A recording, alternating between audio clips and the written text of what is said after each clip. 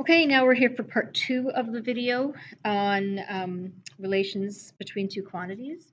And we're going to, well, what does it say? We're going to consider relations defined by an equation, sketch a graph by plotting the ordered pairs using these steps.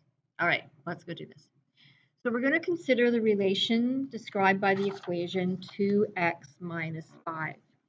And we're going to do the first 5 rows. Okay, so you know how I'm such a nag about setting up your work neatly.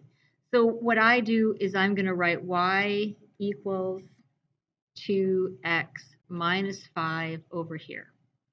And then I've got space in each row. If I want to figure out what y is, I'm going to say, well, my y is going to equal 2 times negative 2 because that's the x, right? That's the x that's right here. I'm subbing it in. And then minus 5, so 2 times negative 2 is negative 4, and that's minus 5, so that equals minus 9. So my y is minus 9, and I'm just going to highlight my negative 2 so you see where that came from. All right, and then the next line says y equals 2 times negative 1 minus 5 equals negative 2 minus 5, which is negative 7. So negative 7 goes here. And I will again highlight my numbers here. Okay, I'm going to pause this and finish the rest of the table, and I would ask that you pause it and do the rest of the table. Bye for a minute. Okay, I hope you got the same. No, oh wait, this is negative 1. Haha, I made a mistake. Fix that. This is negative 1. I hope you got the same answers I got. These ones, not the ones I had a minute ago or a second ago. You don't have to do all of this work if if this equation is easy and you can do it in your head. You don't need to show this, but there are times, especially when there are fractions, when it's really handy to have a structure of where you're going to put it.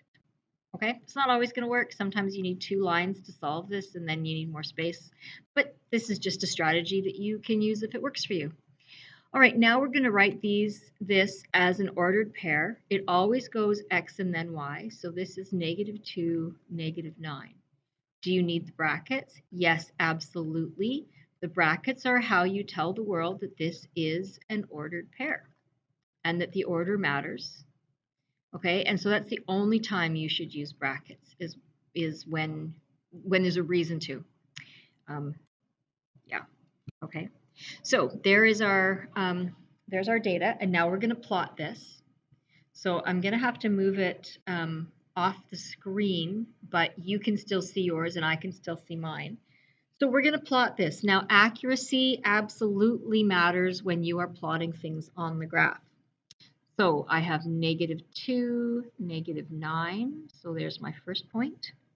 And then I have negative 1, negative 7. And I'm just counting.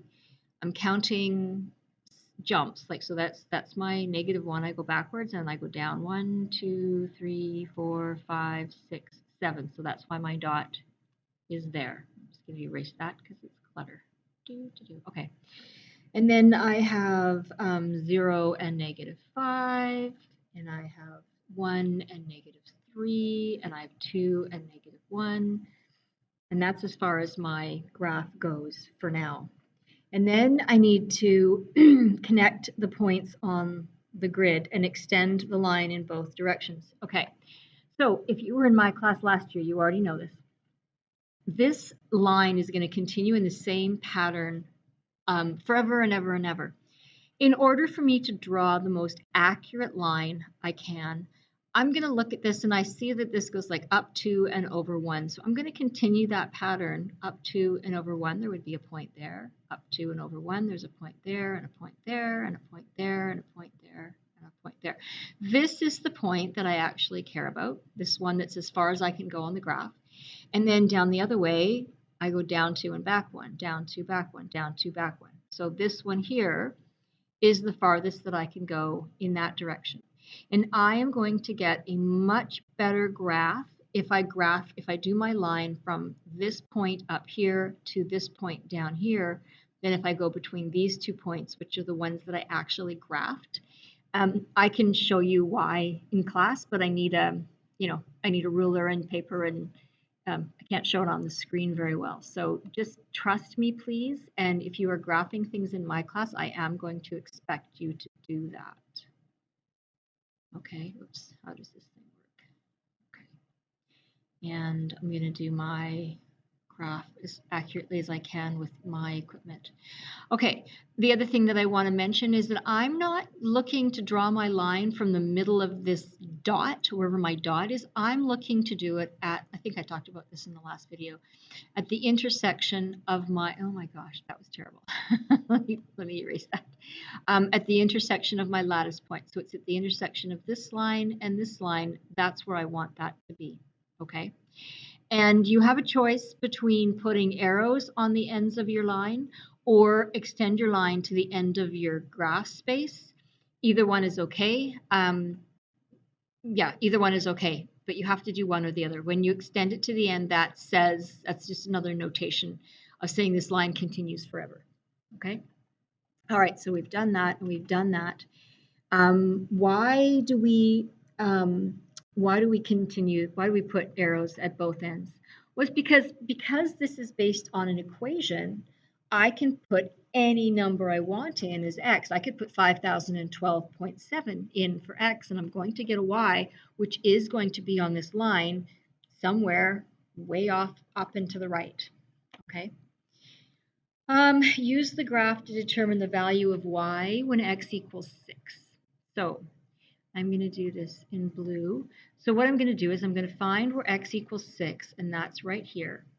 And I'm going to, with a ruler, I'm going to look up here and I'm going to see where it intersects, and that is right here at this point. So I'm going to take a ruler and I'm going to draw this line. Now I don't have a ruler, so it's faster for me to do it this way. And then I'm going to head from here back to my y-axis. So I'm going to bend whichever way I need to get back to the y-axis. So I'm going to come over here, and I get 7. So y equals 7 is my solution when x equals 6. Okay, and I'm just going to put an arrow here so that you see the direction that went. And then in question E, it says use the equation to determine the value of y when x equals 6. So let's do that. So my equation is y equals 2x minus 5. So y equals 2 times 6 minus 5, which is 12 minus 5, which is 7. And that does, in fact, match what we got on the graph. So that's cool. And I'm going to, it tells me somewhere to add that to here. So if x is 6, y is 7, and there's a point at 6, 7. So 6, 7, that actually becomes another point on the graph, which, yay, it is on the line that we drew. Perfect. Okay. Then we go down here and it says write the value of, oh, sorry, that's what it says. Put it in the table of values using the first blank space. Way ahead of you. All right, use the graph to determine the value of x when y equals 3. So this time I'm going to go on my y-axis and find the 3, which is right here. And I'm going to go along my line until it hits my graph. And then I'm going to turn at 90 degrees and head for my axis, and I get 4. Okay, so when y equals 3, x equals 4, so I'm going to put that up in here. So if y equals 3, x equals 4, and I have a coordinate right here, this is at the point 4, 3. Okay? And then it says this relation is called a linear relation because the graph of the relation is a straight line. Very exciting. Okay? All right, next page. Complete the table of values on the right, and it's given us some input values. So I'm going to go y equals x squared minus 6. So if y is 4, if x equals 4, I get 4 squared minus 6. That's 16 minus 6. That's 10. And then I'm going to write that as an ordered pair, 4 and 10. Okay, so pause the video, figure these out on your own. This is a good practice, and then come back and we'll graph them, okay? Okay, pause the video so you can check your answers and then play it again. We're going to graph it. So all I'm going to do is starting at my origin, I'm going to count, I'm looking for the point 410, so I'm going to count over 4 and up 10. Okay, I'm going to put a dot there. And then over 3 and up 3, 1, 2, 3. And over 2 and down 2, over 1 and down 5. I'm not going to have room for my table anymore. And then, where was I? 0, 0 and negative 6, so that's here. And then negative 1, negative 5, negative 2, negative 2, oops, negative 2, negative 2, negative 3, 3, okay? Do you see the symmetry here? So it says for question C, so we've plotted this, right?